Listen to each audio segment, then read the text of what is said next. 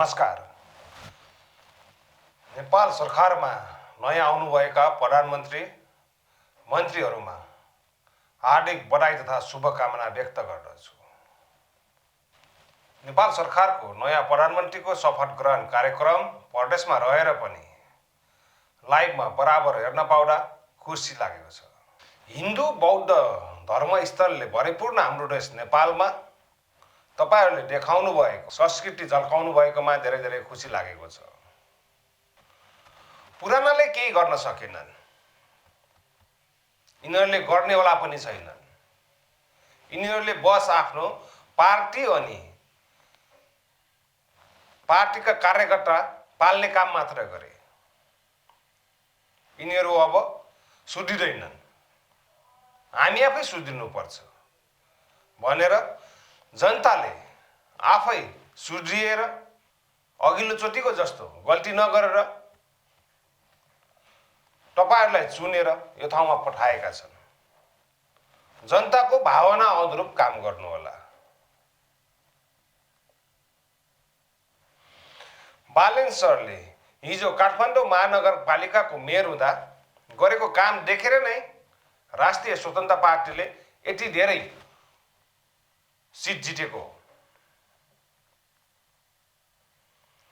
एउटा मेयर हुँदा यत्रो काम गर्न सक्ने मान्छे भोलि देशको प्रधानमन्त्री भयो भने देशलाई सही दिशातर्फ लिएर जान्छ भन्ने जनताका चाहिँ भावनाका अनुरूप अहिलेको सरकार गठन भएको छ।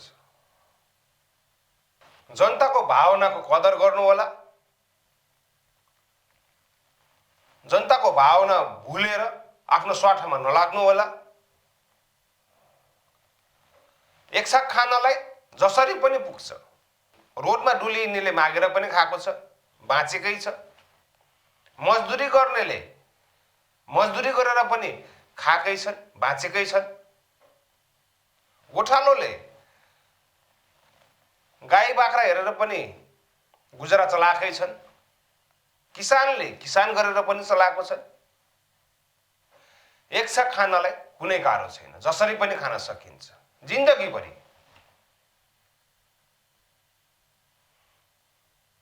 सुख भनेको त्यस्तै हो, दुःख भनेको साथी भन्छन्। धन सम्पत्ति भएर मात्रै सुखी भइँदैन।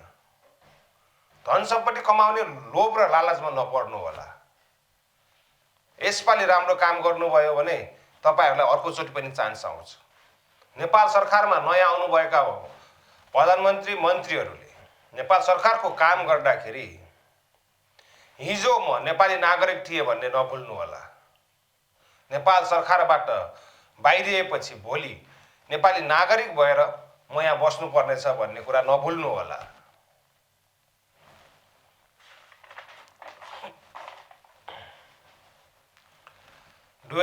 सालमा मैले एउटा कविता भनेको थिएँ। मान नमान चिन्ता हामीहरूलाई देशको, यही जन्म्यो यही हुर्क्यौँ हामीलाई माया यसको। कान खोलेर सुन देश चलाउँछु भन्ने नेताहरू, देश चलाउनु समृद्धितिर लैजानुस् मान्छौ केटाहरू। तपाईँहरूलाई मान दिन्छौँ, सम्मान दिन्छौँ, मान्छौँ नेताहरू। देश बिगारिरहेछौँ अहिले जुटिरहेछौँ हामी केटाहरू। कहाँ लभ स्टोरीको लेख्ला भनेको त यस्तो पो लेखिरहेछ। पहिला सुन। झै झगडा नगरौँ खानलाई देशको सम्पत्ति, जहाँ भए पनि खान सक्छौँ हामी एक मुठीको जिन्दगीमा सबैले मान गरून्, काम गरौँ भोलिलाई सबैले सम्मान गरून्। कान खोलेर सुन देश चलाउँछु भन्ने नेताहरू साँच्चीकै खानलाई जसरी पनि पुग्छ, धेरै खोज्नु पनि हुँदैन। भोलिका दिनमा तपाईहरूले राम्रै काम गर्नुहुनेछ भन्ने हामी पूर्ण आशामा छौँ। नेपाली जनता पूर्ण आशामा छ।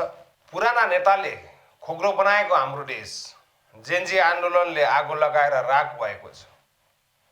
त्यसलाई सुन्दर समृद्धि बनाउने जिम्मा तपाईहरूको काँधमा आएको छ। कमजोर स्थितिको घर सम्हाल्न एउटा घरमुलीलाई गाह्रो पर्छ भने अहिलेको समयमा हाम्रो देश चलाउन तपाईहरूलाई पनि गाह्रो छ।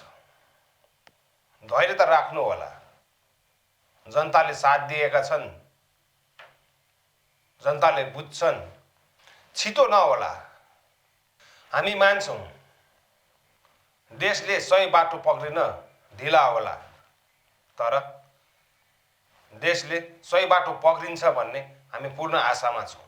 हामी दुई ठुला राष्ट्रहरूको बीचमा रहेको एउटा सानो देश, एउटा नेपालीमा उखान छ दुई ढुङ्गा बीचको तरुल। त्यस्तै दुईवटा ठुला शक्तिशाली राष्ट्रहरूको बीचमा हामी बसेको स्वतन्त्र देशवासी हौँ। हाम्रो देशमा आँच आउन नदिनु होला।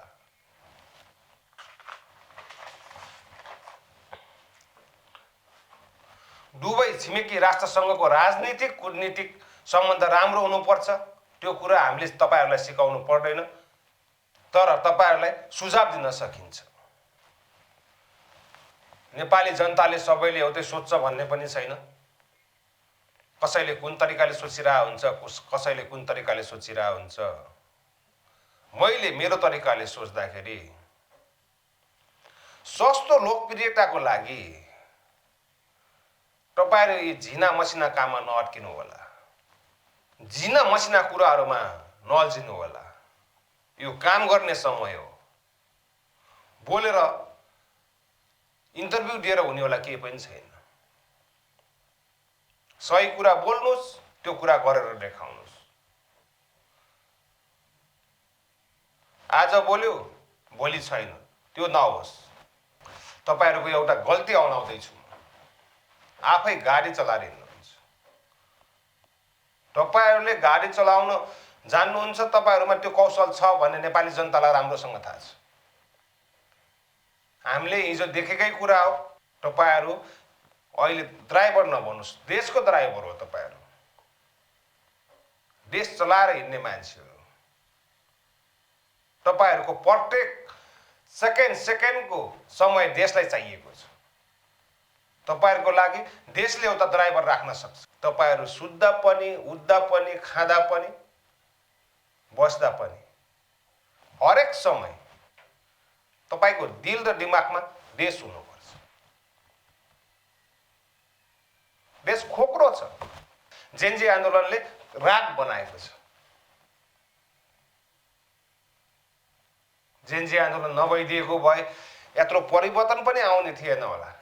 तर त्यहाँनिर जेनजीहरूले नै आगो लगाए भन्ने छैन। घुसपैठियाहरू मिलेका हुन सक्छ। हेर्नु होला, जाँचबुझ गर्नु होला, गलत भए कारबाही गर्नु होला। एउटा उखान छ, easy to say but difficult to do. भन्नलाई सजिलो छ, गर्नलाई गाह्रो। यो थाहा हुँदा हुँदै पनि तपाईहरुलाई जनताले यिनीहरूले के गर्छन् भन्ने विश्वासका साथ जिताएर त्यो ठाउँसम्म पुर्याएका छन्। जनताको विश्वास टुट्न नदिनु होला। जनताको आशा भरोसा नगुमाउनु होला। काम फट्टे गरेर निस्कनु होला। आफ्नो स्वार्थमा नभुल्नु होला। विश्व मानचित्रमा नेपालको मान, नेपालको सम्मान माथि पुर्याउनु होला। Best of luck. जय नेपाल।